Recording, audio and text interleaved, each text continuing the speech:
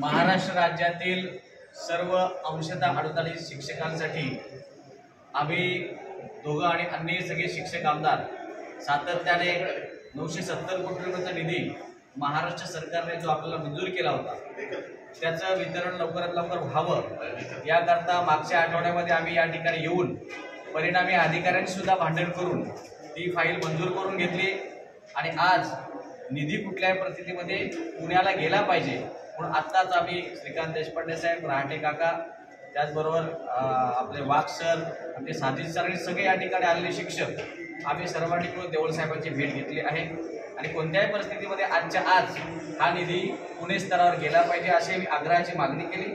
त्यानुसार आदरणीय देवल साहेबांनी त्यांच्या असिस्टंटला बोलून घेतलं आणि कुठल्याही परिस्थितीमध्ये हा निधी आज तिकडे पाठवा असं त्यांनी सांगितलं। आज कुठल्याही परिस्थितीमध्ये जो काही 100 कोटी रुपयाचा वाढीव निधी आणि रेग्युलरली 168 कोटी रुपयाचा निधी जो आहे जो मंजूर झालेला आहे तो आज पुणे स्तरावर जाईल। सर्व शिक्षकांची दिवाळी गोड होईल त्यामुळे चिंता करण्याचं कारण नाही। आम्ही दोघंही आणि अन्यही आमदार सातत्याने प्रयत्न करत असतात। सगळ्या शिक्षकांना ही दिवाळी गोड जाणार आहे आणि सगळ्या शिक्षकांच्या 100% अनुदानित शिक्षक असतील, अंशतः अनुदानित शिक्षक असतील यांचा दिवाळीपूर्वी पगार व्हावा अशी आम्ही मागणी केली होती। त्याला आता यश आलेलं आहे। तुम्हा सगळ्यांना आजपासूनच दिवाळी गोड झाल्यानं समजायला हरकत नाही। तुम्हा सगळ्यांना दीपावलीच्या खूप खूप शुभेच्छा।